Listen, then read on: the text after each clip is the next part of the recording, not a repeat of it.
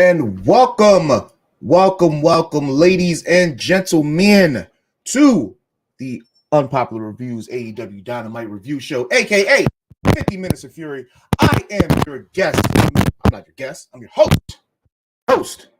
Z is silent, but on Wednesdays, I'm elite as always. And tonight, I'm joined by my special guest, my co-host, my partner in crime on Wednesdays, who hates being the partner in crime because he hates watching AEW, the executive consultant. How are you tonight, my brother? I am doing well. I am doing excellent, and I don't hate watching AEW. It's just that it annoys me, and the fans annoy me a lot. But I'm here. I'm happy. 50 minutes. Let's do this. So we got Fyter Fest, and usually they promote Fyter Fest a lot more than they do. But I get it. All In is this Sunday. So I didn't even know that Fyter Fest was a thing for tonight. So last week we had, I forgot what they Fight for the Fallen, and then this week is Fyter Fest. So I was confused for a little bit that they named this Fyter Fest. So but it was a really, really good. I thought they were going to mail it in on this go home show. But we had a really, really stacked card, in which I think it's usually a stacked card when they do Fyter Fest. We got Swerve Strickland and AR Fox versus Darby Allin and Nick Wayne, Jon Moxley versus Rey Fenix, Jack Perry retiring the FTW Championship, the Elite versus Juice Robinson and the Guns, Aussie Open and the Hardys in your main event, Sky Blue versus Ruby Soho, and we got the contract signing with Jericho and Ospreay, and we got two sit downs with Renee and Adam Cole and MJF. So starting off, looking at the graphic, this is actually a really dope card, much better than it was last week. Didn't enjoy last week at all. I get it. It's sponsored.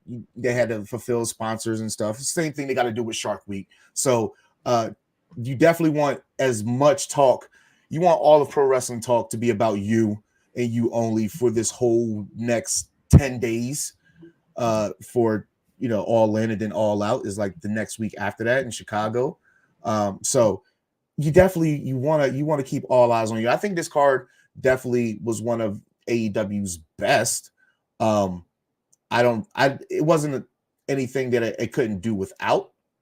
But the fact, we'll get into it. Your thoughts on this whole card as a whole? And you're talking about for Wednesday night. I thought the show was good. I actually enjoyed last week. I remember we were talking about it. I enjoyed last week's episode of Dynamite. I thought it was very, very good. And then this week's episode of Dynamite, I thought was very, very good also. I was ready to see some stuff I didn't like. Going in, I was like, ugh. I thought it was just going to be like you. I thought they were going to phone it in. I thought it was going to be very uninteresting. But I thought they did a very good job of keeping the show flowing. Now, some things did drag. I did see it. But for the most part, I thoroughly enjoyed the show. And correct, Charmaine would be remiss if not to put in rest in peace to one Terry Funk. Did you just do a Sabu? No, I was pointing to the sky. Oh, okay. Well, it didn't look like it. Yeah. But rest in peace to Terry Funk, very influential wrestler, very dedicated wrestler. So condolences go to his family as well as friends and everybody who's a fan of one Terry Funk, aka Chainsaw Charlie. I'm not gonna lie. I was in an Xbox party with Mike earlier, and somebody said, "Yo, Terry Funk died." I was like, "The wrestler?" He's like, "How many Terry Funks do you know?" I'm like, as much shit as he done in the ring, I thought he already passed. I mean, God forbid, but he fighting and holding on. Yeah, like Jesus. They used to call him the middle-aged bastard because he was like 56 in wrestling, doing all kinds of crazy stuff in WCW. Who's he? 79? He's lived a good not too life. Far off from 80. I think he was going to turn there in a couple of months. That sucks. Going into the first match of the night, we got the Elite versus Juice Robinson and the Guns. This match didn't even happen, but for this to be your opening match for a card going into all in, I thought it was a really good card. I mean, I thought it was a really good start to the match. To get the Elite again in which they kind of teased that they were going to go their separate ways, but we get them against Bullet Club Gold. And right from the start, we get the Elite just jumping at the guns. Jay Switchblade White is in the background of those guys. Next thing you know, it's a jump. It's a 3-on-4. It's a 4-on-3, and then all hell breaks loose. All hell breaks loose, and I mean, the guns don't suck, Charlene. The guns don't suck. The guns definitely don't suck. She hasn't met them yet. She hasn't met them yet. Give her time. I thought it was cool. Like, just to get an all-out war to start the show off, I'm all for it. No. I mean, we heard multiple times the ring bell didn't even ring. No contest. A scuffle. I mean, that's very, very Monday Night War-ish to me. Like, to open your show out with a scuffle, get everybody hyped up. You're going to get some action later on. Cool. I'm all for it. I had no complaints about this open match / segment with the Elite and Bullet Club Gold. Your thoughts? I mean, it was the match didn't need to happen. I was fine with the match not happening. Go out there, sell what's going on, and that's what it did. It put all the major players in it. Everybody was strong. Hey, the Gun Club's entrance is amazing. Juice Robinson adds to it so much. It's one of my favorite entrances in AEW, actually. So I really was a fan. I mean, we were giving a thumbs up, thumbs down. I would give this segment a thumbs up. Like I said, we had to. I'm not the biggest Kenny Omega fan, but the segment worked. So, hey, I was happy. After that, we got the first of the Renee Paquette. First of many tonight. She was busy. She was busy tonight. We got her talking to MJF, and he's still going on how he never really had a friend, and and this is genuine, and then they go back and they show basically the little subtle things that he's been doing that only the camera, the people at home are catching. Staring at Adam Cole a little too long, giving him a look, doing something real shady. Like, they're showing what he's been doing that Adam Cole hasn't been seeing. I thought that was pretty dope. I was wondering when they were going to get to that. And they saved it for last, so that kind of builds a little bit more anticipation. And I'm absolutely fine with that because that's what you want to do. And these guys are going to open the show. They're going to open, well, I guess the pre-show, 0 hour, and then they're going to close it. Show. Mm-hmm. So that's fine. The chances that they actually pull off, I still am going with, I think that MJF leaves Adam Cole high and dry, just so he can have a 2-on-1, so he'll have a fresher body for the main event. That's my prediction on that. But moving into the second match of the night, we got Rey Fenix versus Jon Moxley, and this is probably my favorite match of the night, just because of the physicality of both guys. And I'm not gonna lie, when Jon Moxley ripped his mask, I immediately I said, "Yo, this is done," because I thought it was a mistake. Like, I thought he ripped too much of it, because you can see both of his eyes. Like, he peeled it back. He peeled it back like an onion. You can see both of his eyes. I thought that, all right, this match is done. It looked like the match was going to be done. It looked like the ref was shout out to the referee, because the referee was making sure that he was keeping him safe and not showing his face, because at one point he really did pull back the mask. He could pretty much see his face. So but this match was definitely all about okay, Willie, see that I thought it was a botch, because he definitely ripped that a little too much to my liking, and what you do with those masks, because they are sacred, especially to the luchador wrestlers. But I will say that this match was to write Phoenix off. For some reason, the reports came out, and it sucks that they came out literally the day before, that he was not going to be in the match. I'm guessing a visa thing, probably. Is it a visa, or was he injured? Because Rey Fenix is injured a lot. I think it probably could be a combination of both. But I mean, if he was injured, it didn't look like it to me. But this match was all to write him off, and I thought it was done beautifully.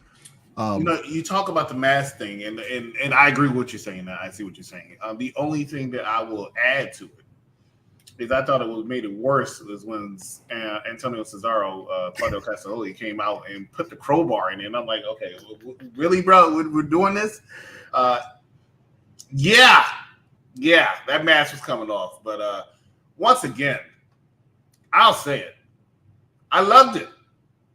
I loved everything about this. I John Moxley, I have a love-hate thing when it comes to him.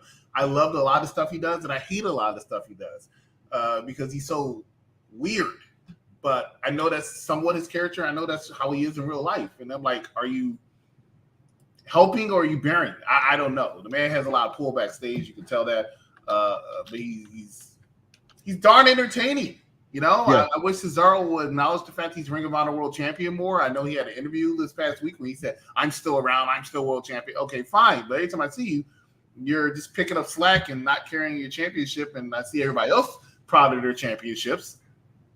I don't know. It's a little weird to me. But, hey, the segment did what it had to do. It got you excited about the match. I'm excited about the match. You're right? And I don't like Eddie Kingston. Even he worked for me in this thing. Shout out to Proud and Powerful coming back. I'm telling you, I think this was going to be a barn burner, and Dean Ambrose is not going to have anything less from it because it is no disqualification of everywhere, action everywhere, and that's the style, right? Yeah. So, specify to bleed in this match. It's going to be really, really entertaining, and this segment was really, really entertaining. They made him seem like the sickest sons of bitches in the entire Federation of All Elite Wrestling until Christian Cage came out, and then we'll talk about that later. But yeah, loved it. I just have to say that I'm not gonna lie, I kind of suspected it, but I didn't suspect it. Only because I had seen a report that Santana was looking to come back soon. But this is just a dope shot. That's just a dope shot. And if these guys are really, I guess they're just aligning, but I would not be opposed to them being actually in the BCC. I wouldn't be opposed, but it's going to be a hard sell for me. It's going to be a hard one. We still don't have Bryan Danielson, so he needs to, if he returns, I think he can make it work because he's so great on the mic. Yeah. So great at selling people. So I think it needs, otherwise than that, it doesn't really work very well for me with just Dean Ambrose as the leader. This is the closest you can get right now, this group. And this is all due respect to I'm not trying to, it's going to be difficult for me to say this. This is close you can get to the main event Mafia, I think, not including Proud and Powerful, which is no disrespect to Proud and Powerful. I think they're another great tag team that adds to what I asked last week about the tag team era right now. But anyway, outside of Will of you, you got Antonio Cesaro, you got Dean Ambrose, you got Daniel Bryan. Daniel Bryan is like the Kurt Angle, and Dean Ambrose is kind of like the Sting. You know what I'm saying? Yeah. Like leader A, leader one, leader B. Even though you can make an argument that's Claudio Castagnoli. So I mean, it's just this group is very intriguing to me. Are they my favorite group of wrestling right now? No, right now it's still currently the Judgment Day since the Bloodline seem to be no more. But they are quickly becoming a favorite. Also, like Metaphor. I know a lot of people don't like them. Metaphor on NXT is really, really good. It's not just because I have a crush on her. I don't have her picture on this one. Very upsetting. Gotta find her picture. That guy Jack hates the fact that I put Miss Jackson up there, but I mean, just like Janet before her, she's just. It was just stuck on the screen when I came in the stream, Sometimes when I'm alone at night, no, I'm joking. Go ahead. Moving on into the night, we then got the contract signing between Ospreay and Jericho, and which I thought was really good mic work by everyone in the ring. I'm not much of an Ospreay fan, but I did get fired up for his mic work in the ring, and I thought that he was saying some really interesting. He had a really interesting point, and we said it last week that this match was 5 years too late, and lo and behold, Jericho mentions 5 years prior, he's responsible for Ospreay, some of Ospreay's success. That they were supposed to also have a match 5 years ago. So yeah, let's not forget that Ospreay actually was a little successful before Chris Jericho, but Chris Jericho had to feed his ego. But I'm sure he's absolutely correct. He probably did tone down. Now, I'm not too familiar with Ospreay's work beforehand, even present time, to speak intelligently on it. But I give you credit, all the credit in the world, Dice. You are absolutely right. I was not as excited for this match because of this contract signing. I think it was the best thing to do for it. And then Mike work, because Chris Jericho, even though he's nowhere near Chris Jericho of 20 years ago, 30 years ago, even 10 years ago, actually, hell, even 5 years ago, really, he's still very good on the mic. He's still, very few people can out-talk him on the mic. And I feel like this is a bit of a freestyle in there. I mean, you have Don Callis, who just brings the heat. Only Don Mysterio probably gets more. And he did a throwback Lance Storm quote.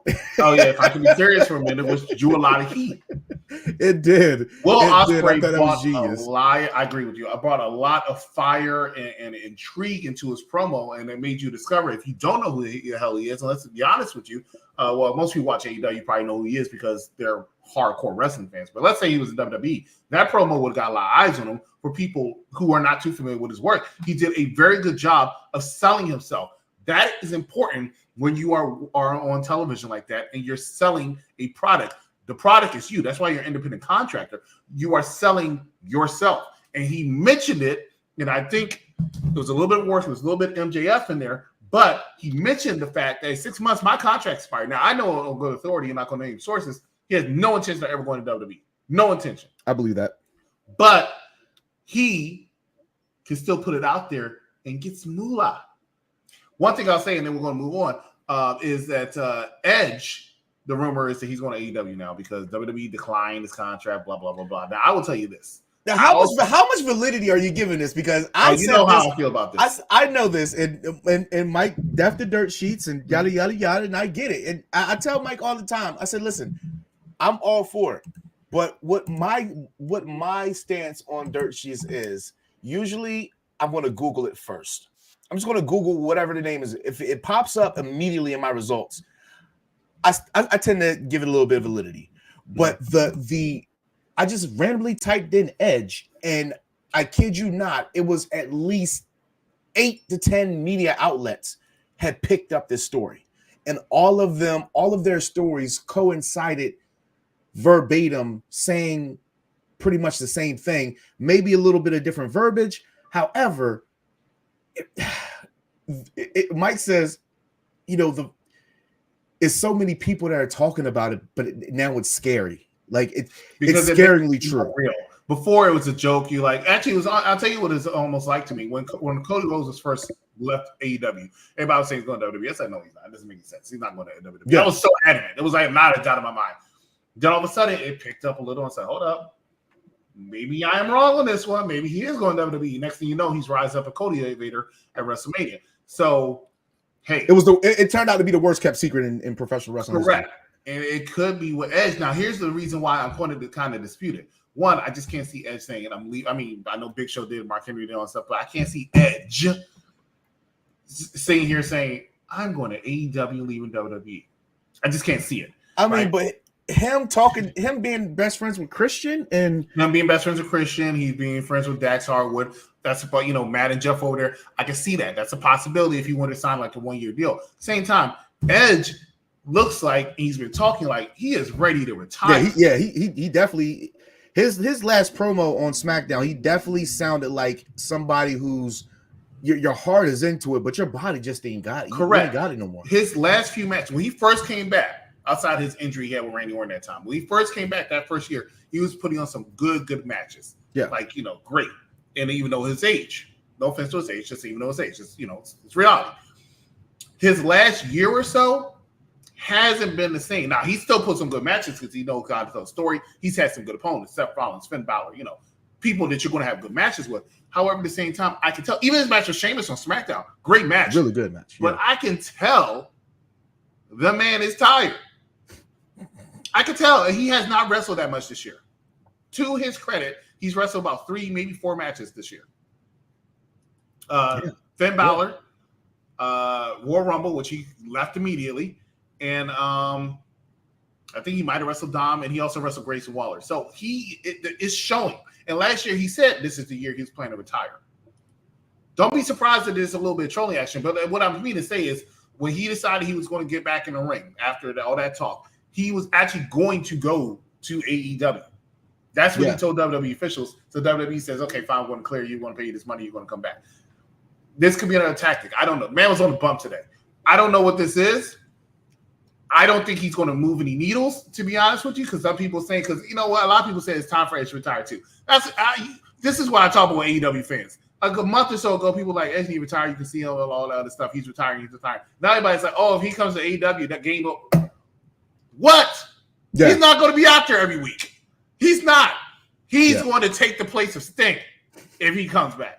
I would not be opposed to seeing a Sting versus Edge match. I would probably mark out. Sting has about 1 or 2 more matches in him, and he's gone. Yeah, Sting is at the tail end. I'm talking about after All In. He's at the well, I shouldn't say he's at the tail end. Obviously, he is, but Sting is about. You could tell. Mm-hmm. So Edge will take that spot if he goes to AEW, but it's not even going to be long because Edge is going to come back home. He's just going to say, "I won my last match with Christian," because Christian jumped ship because Christian was supposed to go with WWE. Stay with WWE and sign to do a couple matches and wrestle the Usos. That was the deal. Yeah, but it's amazing to me. It's amazing to me. Ladies and gentlemen, we got a lot to talk about. We're going to go to a commercial break. Find out what makes Beamin' Steamin'. We actually brought it to Wednesdays this time because we missed the show on Monday. So find out what makes Beamin' Steamin'. We'll come back. Stay with us. You're watching Unpopular Review.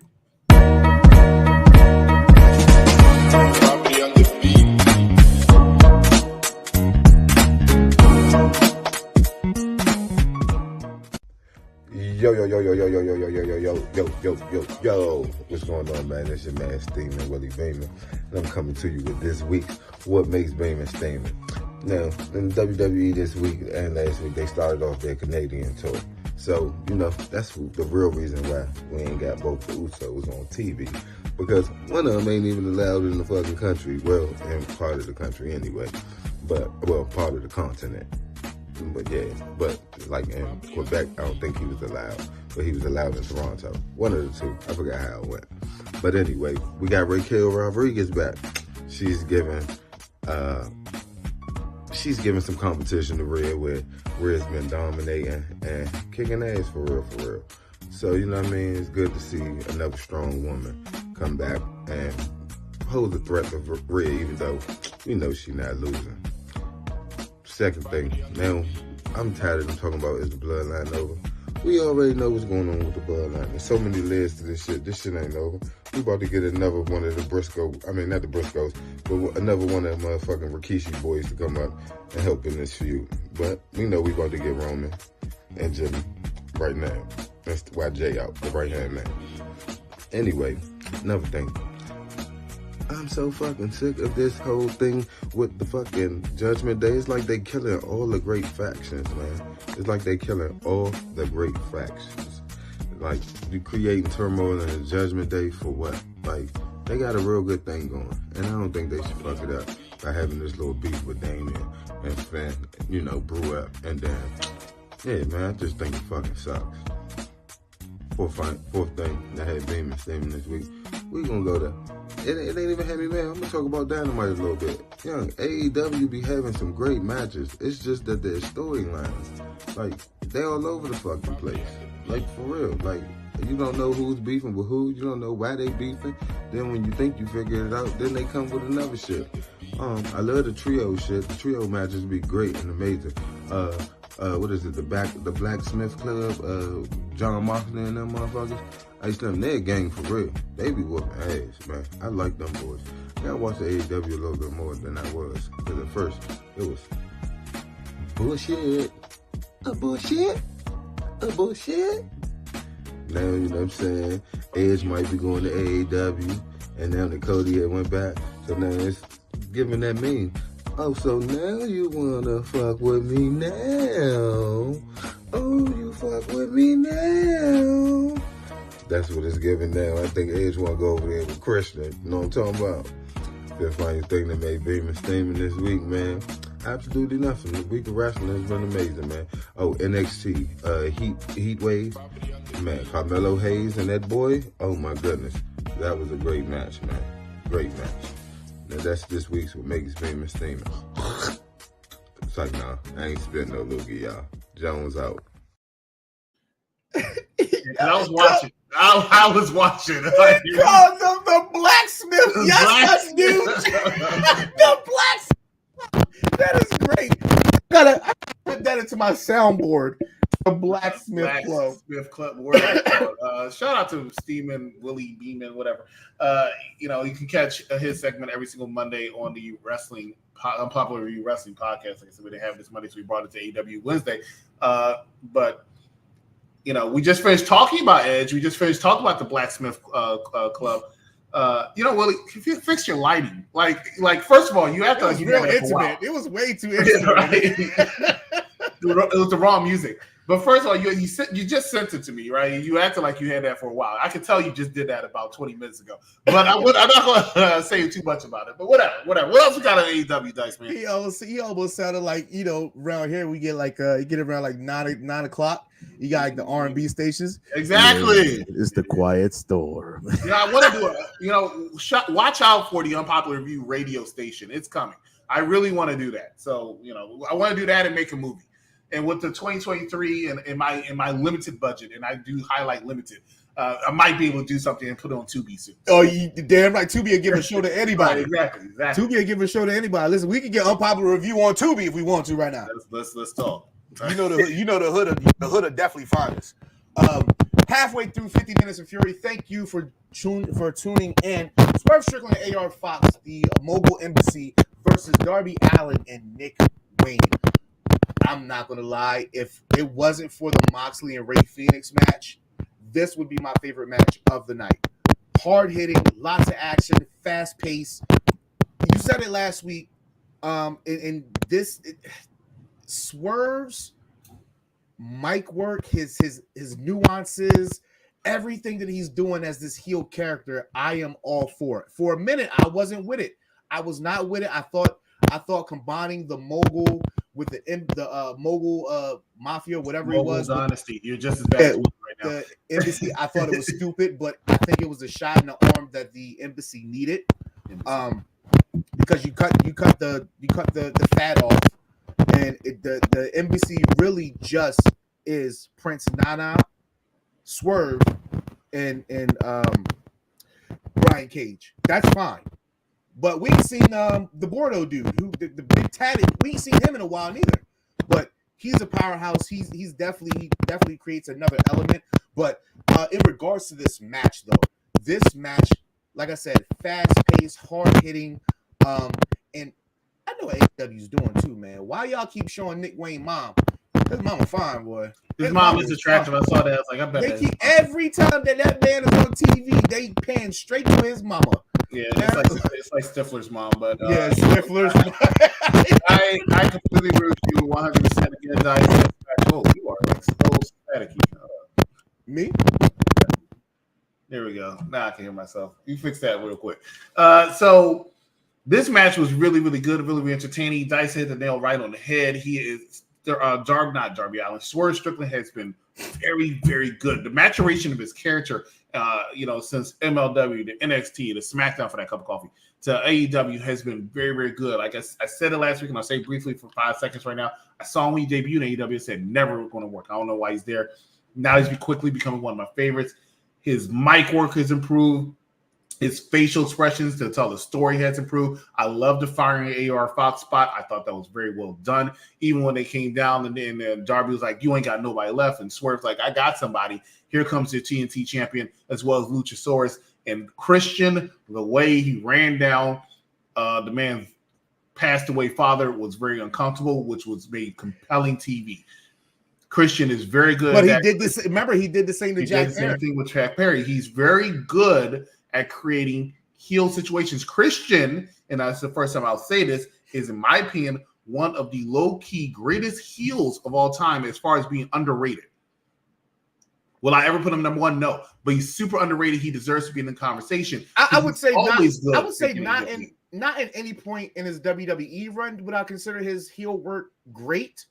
It was more so TNA that really, I mean, his mid-card work with Tom Cole and WWE was okay. But when he got to the main event of TNA, still with Tom Cole, I thought it turned another switch. And we always talk about how when those guys who are in that mid to upper mid card, they go to TNA, they become main eventers, and they own their skills, and then they come back to WWE more polished, knowing what to do. And he did that. He definitely did that. Which is why he became ECW champion and later another Intercontinental champion. But his heel work when he was facing against Edge was very good. His heel work when he was facing against Randy Orton, because that program pissed off a lot of people, but he turned heel and he did a great job. And Randy Orton still to this day gives him credit for actually improving his work because he said Christian was so good. He always gives Christian a lot of praise, more praise than almost any wrestler outside of like a Triple H. He gives Christian, and it's very well deserved. And it reminded me of why, even just on the microphone, when Christian came out tonight, very good work. I'm looking forward to their match. This is not what I'm saying. A go-home show. Pay attention to WWE because you haven't done this in a while. This is one time where I will give AEW a lot more credit than you.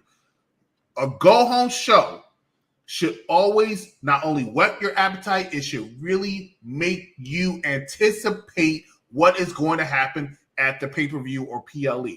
WWE, in my opinion, I'm not saying they don't have good shows because I believe Raw was very good this week and NXT was very good week. I feel like they've been it. But I even said this when we talked about WrestleMania earlier this year. There used to be a time for a WrestleMania go-home show where it was all hands on deck. I don't care who you are. You can be Rock making movies. Your ass needed to be on Raw. This year, there were so many people. Freaking Roman Reigns wasn't even on SmackDown the Friday before WrestleMania. That's a problem. I'm sorry. That is a problem. Yeah, I completely agree. Even though it's 50 minutes of Fury, I just wanted to bring in this small tidbit section that I like to call He Said What. And this pertains to Swerve Strickland was asked about, it was an interview with Up Rock Sports, and he was asked about his WWE release. And he said, and I quote, "That left a big chip on my shoulder to prove it was one of the biggest mistakes you could have ever made. And now winning the tag titles with Keith Lee and doing co-main events and pay-per-views with those said tag titles, doing all these big arenas, being featured in a lot of different, very unique ways, and being able to do the music crossover and show them that was one of the biggest mistakes you made, but you can't have it back now. You can't pick up for that. I'm creating something that's even bigger than what you expected from me over there. I'm blessed in that department. I want to not just give back to them, but I want to showcase and I want to exceed the expectations of me here in AEW as well." That is perfectly said. Because if you were to take 1 year later, look at what Hit Row is doing and look at what Swerve Strickland is doing. From the time that they showed back up in WWE in the Hit Row to the time that he debuted in AEW and Swerve Strickland, it's uncanny. It's definitely the I mean, I'm pretty sure Hit Row, they felt like a big deal, and they did treat it like a big deal at first. When they first debuted, they were giving them especially Pat McAfee was giving them a lot of rub. So the fact that they disappeared in really 2 weeks seemed a little strange because their thing was hyped up big time. But that just goes to show you how much Swerve was to Hit Row, and without Swerve, the Hit Row was no Hit Row. I'm sorry. Top Dollar, he could lose all the weight that he wants, but the minute that he botched that over the top, he was Botched Dollar. And from that moment on, they were a joke. They were a joke. Ashanti the Adonis, whatever. Who's actually not bad. He's not bad, but he reminds me too much of JTG 2.0. So if that's the case, you need to get us JTG. Because JTG is doing his thing in NWA. I believe that if he were to come back to WWE, he could make some noise. You can get rid of Ashanti Adonis. But staying with AEW, excuse me, the Christian and Luchasaurus being inserted into this, I thought it was great. It's not even about a partnership. I don't even think this really is a partnership. I just think this is Christian pumping his chest out because he can and because they need to have, like you said, all hands on deck. And you this was cannot. all hands on deck for the Yeah, West. you cannot. You can absolutely not have one of the biggest shows in the history of your company and not have. Oh my God! Let's play the drinking game. Every single time they said this is the biggest show in history, or every time they said 80,000. Pro wrestling. Oh my God, man! It was all The night biggest long. show in pro wrestling history. Oh my Pro God. wrestling history. Jericho said it about 3 times. Ospreay said it 2 times. This is bigger than any WrestleMania. I'm like, oh yeah, he was wilding. He was y'all wilding have when he to said sell that. y'all product. I know y'all have to sell y'all product. Y'all have to put it over. But can we please be a little bit more realistic? Okay, He was wilding when he said that. Come He on, bro. he definitely It was. is definitely, without a doubt, no comparison, the biggest pay-per-view in the history of AEW. It is one of the biggest in the history of wrestling. And I know what people will say, but they sold more tickets than any other wrestling event. And that's true until WrestleMania goes to the Wembley themselves. Because you know Vince is going to be like, motherfucker. We know Vince is very competitive. So they're going to do it. But, yes, shout out to them. Power to them. But to say it's the biggest wrestling, no, I can't do it. But, yeah, let's move on. No. Okay. And what's is Collision taped today or something? It might have been taped. They're already. I say that because it has to be. It has I say to that be for a few reasons. 2 pond. reasons specifically. One, I noticed that the commentary table was at ringside a la Collision. Probably. Yep. Their setup was more Collision-like than Dynamite-like. Because Collision setup, the Titantrons, they were definitely different than what they are. Collision's one is way better than Dynamite's. I'm sorry. Yeah. Yep. Stage. And I noticed that during actually I noticed it the Elite entrance, because they have like that universe spearing, and you can see that it's different screens, but they're all collecting into one.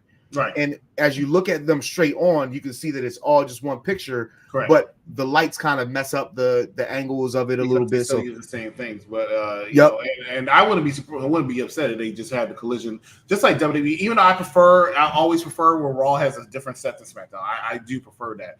But it is what it is at this point, and AEW should do the same thing if that's going to be the case. But hey, keep it original, keep it good. But I just feel like Collision was taped also. Not to mention the fact that, and shout out to Excalibur. You know, I was talking about it because I was supposed to do some commentary with this past week. I said all the best commentary teams usually are sparring with each other. You're never going to meet all the two friends and the people on screen, and people like, oh, they're a great commentary team. Yeah, I never was a fan of AEW commentary team, any of them. Something about him that doesn't hit. I mean, probably the most I like is the one on the Collision. Well, Excalibur, I'm not a fan of, but I respect him, and this is what I mean when I respect him. When he went through the card of AEW All In and then All Out, and what was going on Rampage, and what was he don't miss a beat, yo. Even Taz said, "Good job." Like I had to say it in my head. They know that man is a fast reader. I don't know how you did that, bro, without messing up at all. But you did. He does it every week. But this one, he did Rampage. He did Collision. He did All In. And then, what? You want more? This is what's going on All Out next week. And I was like, God, bro, you are the man. You've already. I thought that was pretty dope of Excalibur.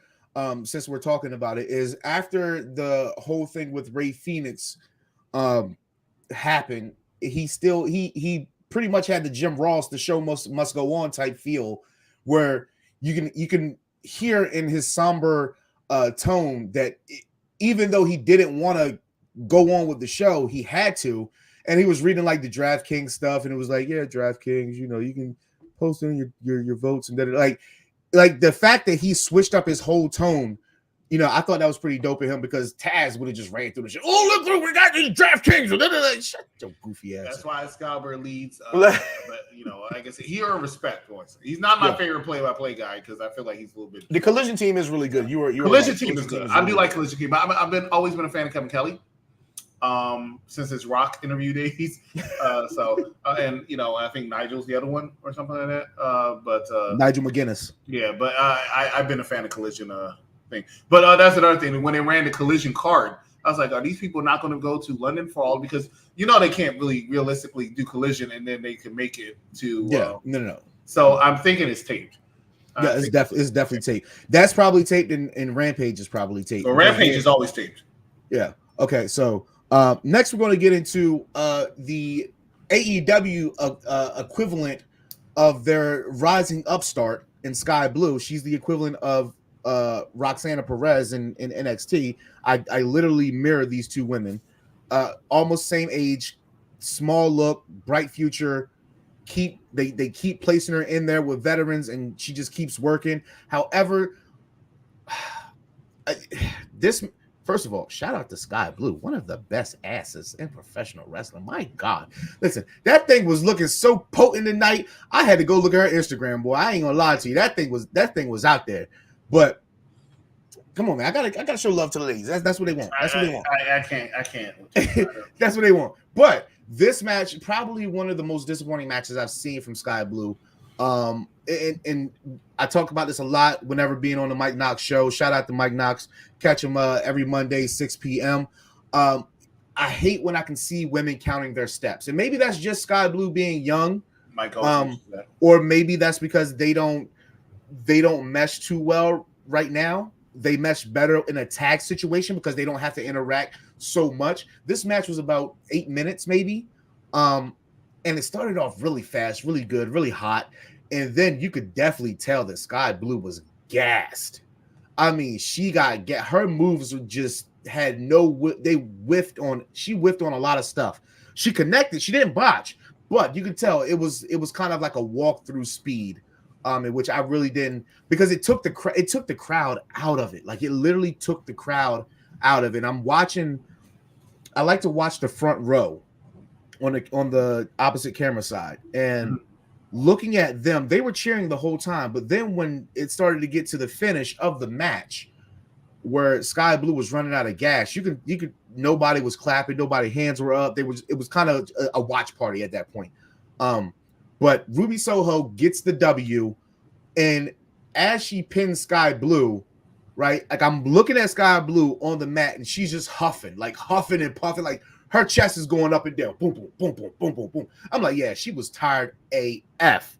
But this is cool. This is just setting up for the Outcast, in which I think still is a really good stable of women. Probably, the best stable of women.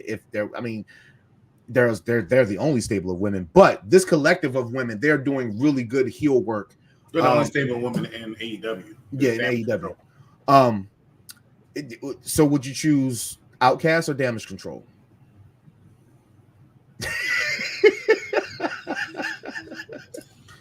I'm going to go with Damage Control, but I've never really been a fan of Damage Control either. I'm a fan of Bailey. I'm a fan of Io Sky separately, if that makes sense. I've never been a fan of Dakota Kai. I love Dakota. So actually, realistically, no. Then I'm going to go because I do like Outcast. So I'm going to go Outcast. I think that what they're doing, I definitely call them low budget NWO with the green spray paint.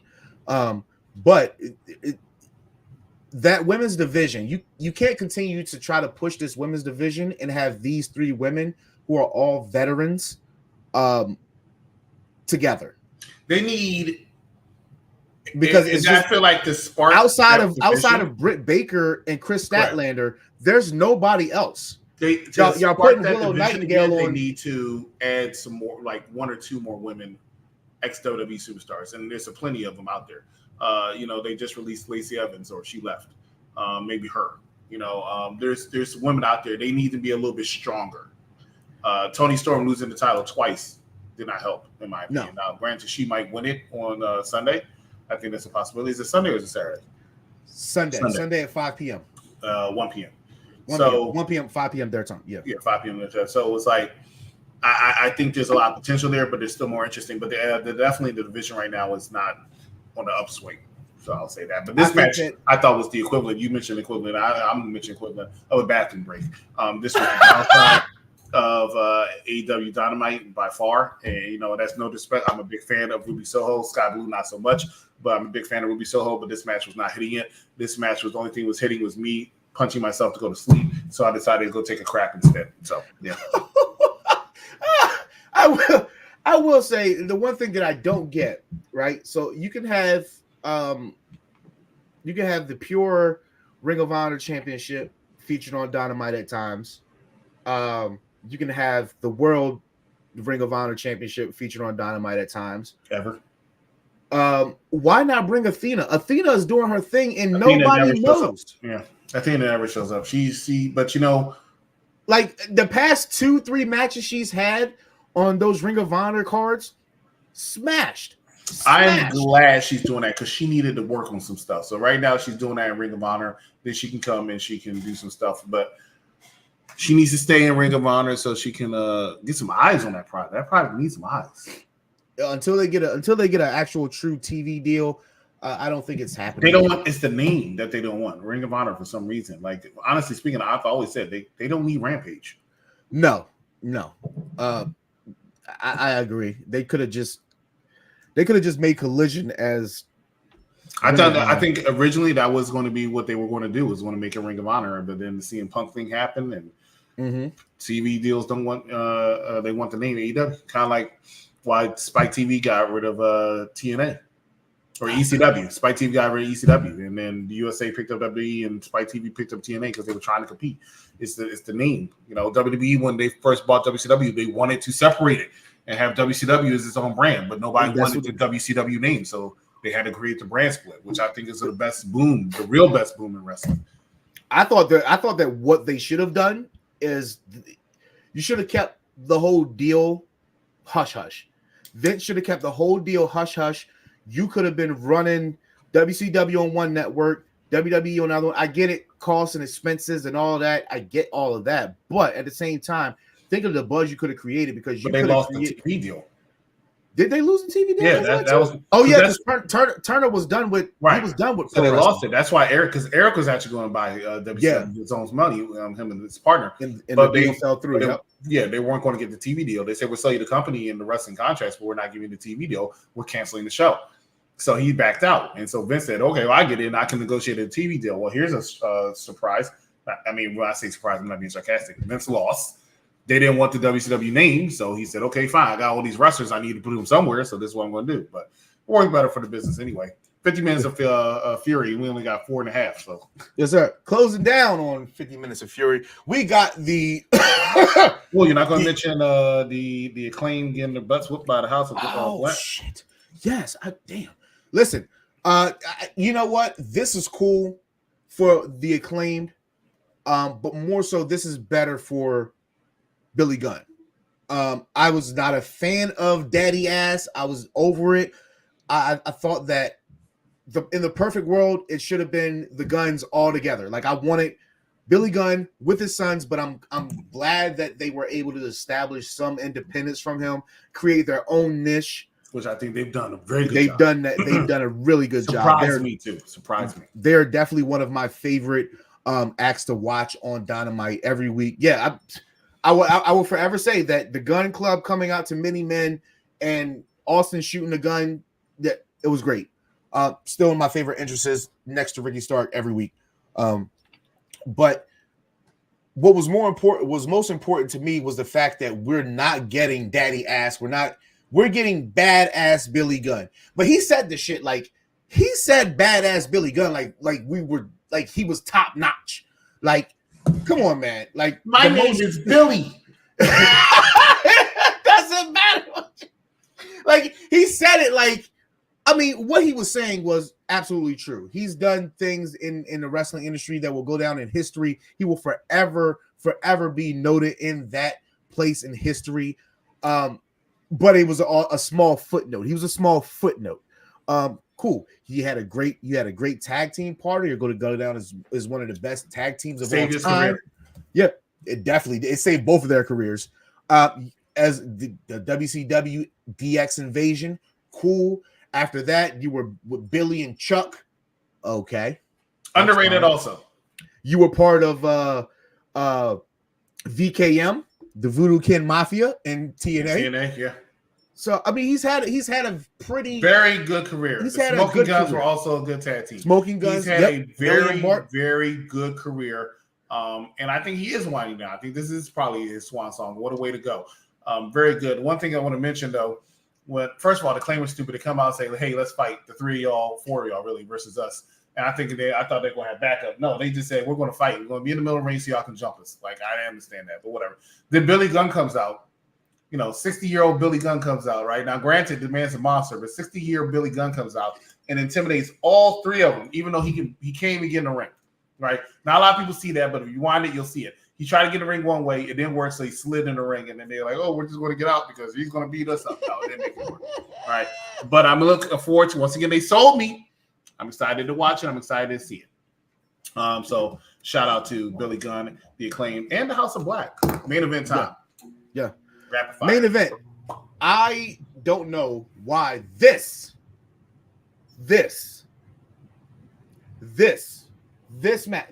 match is your main event.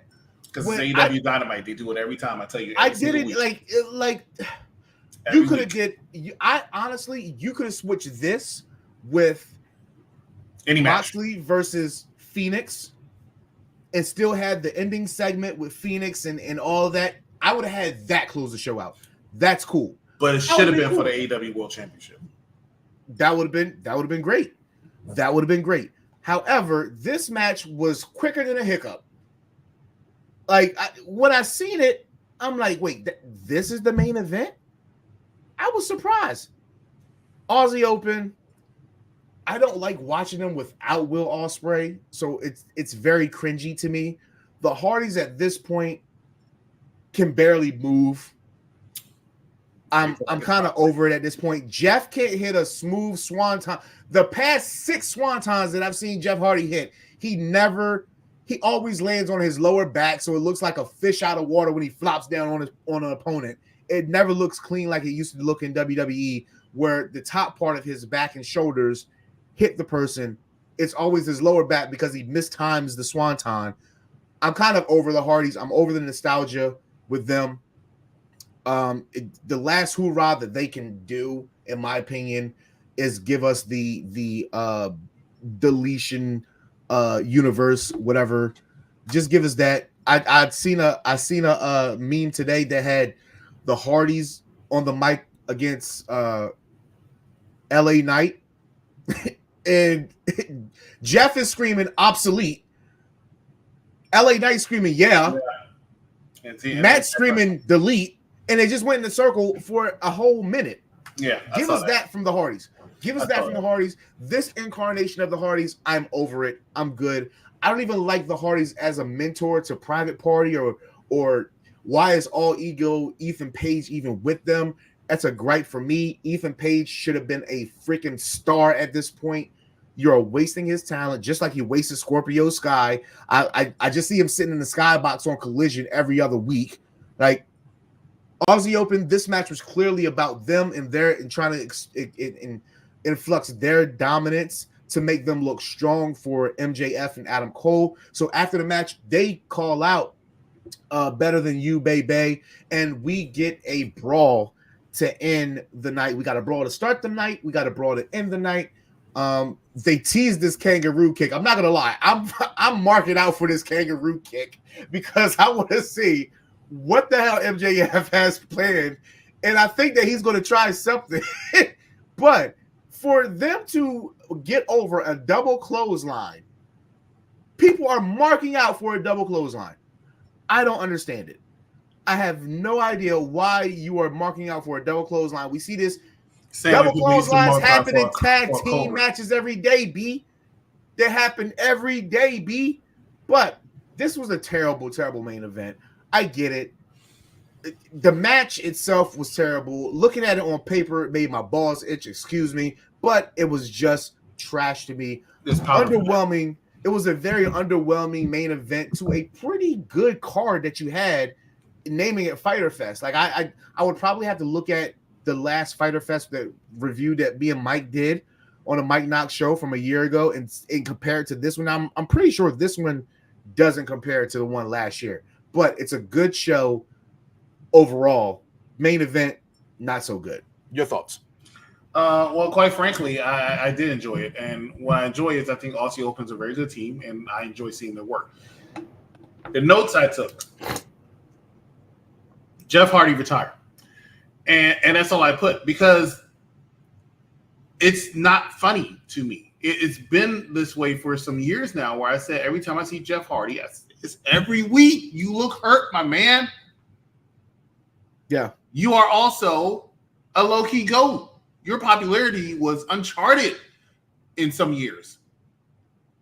But ever since you came back in 2017, you're off and on this. Every time you come back, I feel like you still are injured. Yeah. You can see it in the ring. The last 30 seconds or so of this match, you were all over the place. That boy like the Undertaker walking around. All over the place. I think they were supposed to do a double suplex. He fell. He didn't sell the finishing maneuver right. It was just like, and I know he's gone on record saying lately, he left WWE because he felt like WWE wasn't using him the way that he wanted to be used. I feel like WWE was about to put him in a few enrollment to retire him. But he says that he feels like he has another world title to run. My brother, and this is no hate. I was a fan, Jeff Hardy. You do not. You can barely move. Matt Hardy was wrestling for like 20 years. He got his peak where it was about him more as a singles competitor in 2016 when he started the delete thing. He wants to hold on to that popularity. I think he felt it went too soon. He wants to hold on. And now he's using his brother to use it because he went back to AEW, right? Because he felt like WWE wasn't using it properly. He did the delete thing. Nobody cared as much, right? It was a little bit over. Nobody cared as much. So he was floundering. He did the private, Hardy financial office and all that stuff. Shit was boring. Let's just be real. It wasn't working. Then Jeff came. He said, I can get it back. I can get my popularity back. Delete, delete, delete. I love the Hardys. I will always love the Hardys, but I think we need to figure out when it's time to hang it up. And there are a lot of people in AEW who do not understand that. They need to understand that. Do you think when you're saying that, do you think that Tony Khan is just does Tony Khan pan to the nostalgic audience too much? So the problem we have with Tony Khan is one reason why Vince will always be better than Tony Khan. And I'm not saying he's terrible off completely. I don't know who booked this episode of Dynamite or last week or anything, because I think Dynamite's been fantastic lately. Collision's been a great show. But Tony Khan is a fan that actually had the money to go out and do what most of these fans on Twitter talk about doing all the time. That has been my biggest gripe with Tony Khan since AEW started. Right? He's a fanboy with millions of dollars. Billions. That can just billions of dollars that can just shell out and do whatever. It's literally, and he's gone on record as saying that. Yeah, I mean, so literally going on record as saying if he can buy his way out of anything, do it. I get it. I'm cool with that, but make it make sense. I get it. The first time I watched AEW, I'm like, this literally just looks like WCW all over again. The way the mat sounds when somebody gets slammed, the lighting, the presentation. You're just bringing us WCW all over again. And I'm no WCW head. At one point I was for the small portion of the NWO Wolfpack and all that days, that was cool. But at the same time, let's not forget that this same formula that you are having nostalgia with is the same reason why they were their own downfall. So if I was to trade places with, if you were to give me TNA in their I guess prime, give me TNA from 06 to 09. Your prime was about 06 to 09. Their prime was about, I'll say 07 to 08 to like 10. Okay, give me that. Give me that and put that on national television in that manner. I think that would look better than this at this point in time. But Tony Khan, debatable. It is very debatable. But like I said, Tony Khan's doing a fine job. It's just the wrestling fan in me is I don't want to continue to see nostalgia, because the last thing that you want to be remembered by your fans that's what I always is crapping out. Right? When you sense that it's time to go, it might be time to go, because you do not want your fans' last remembrance of you is to be how you look like Jeff Hardy is right now. I'm sorry. Yeah, that's not how I want to remember Jeff Hardy. I was a big Jeff Hardy. I can't say that. I was never a huge Jeff Hardy fan, but i.e. Taker Goldberg. They could not end years that way. I don't want to see, but I would say Goldberg's last match, I felt like he did a good job. But how many matches did he do bad job with to get to that last match, which was against Bobby Lashley to get a Super Showdown? They had a last match there. I thought that match was actually pretty good. So, but I completely agree. when you start seeing yourself, and Stone Cold said it all the time. He said, when you start seeing yourself taking too long to get down, too long to get up, you know it's time to hang it up. And a lot of these wrestlers are not getting the hint. Jeff Hardy, I'm sorry, you're one of them. I'm always going to reference you. You're one of them. I think Chris Jericho needs to start thinking about it a little bit more. I've been saying that for years also. Sting has definitely thought about it because he doesn't go out there and wrestle that much. He wrestles once in a while, so he knows. Rey Mysterio is 48 years old. He needs to start thinking about it. But the smart thing about Rey Mysterio is he doesn't look like it he's in that ring. He still moves, and it's while he's still doing that, he's fine. But he still needs to think about it because sooner or later, it's going to have to catch up to him. I mean, it has to catch up to him. But you always have to consider stuff like that. PCO and Impact Wrestling. A lot of people love him. He's got to go. But he's got to go. He's got to go. He basically is saying, I can't walk, but I'm going to turn this gimmick to a Frankenstein gimmick to make it look cool. Bro, I can tell that you can't walk in your pain. Please stop. You're entertaining, yes, but please stop, because at the end of the day, your life, your family, and friends are more important than us fans. We had the time. We appreciate the time. Don't be like Terry Funk. Terry Funk, the last few years in his life, were not the best. Hulk Hogan can't walk without a crutch. Like, you don't want to be that guy. You don't want to be that guy. Ladies and gentlemen, that is 50 minutes of Fury. It actually turned into 60 minutes of Fury. But we started late, so it was conversations this week. Conversations kept going. Really good night. Thanks everybody for tuning in. Like, share, subscribe. I'm not asking you to buy a TV dinner or a Joe Corby's pizza or Girl Scout cookies. None of that. But in the words of my man Shannon Sharp, I like fried chicken. I like chocolate too. But if I got the fried chicken, I need the chocolate for? And if somebody tell you they don't like you, tell them you don't give a good dog damn, and that the almighty Dice Man told you so. Now, everybody out there, love hard, love often, love always. And as always, keep drinking, tip it at, and reach for the sky, boy. Have a good night. Yes, sir.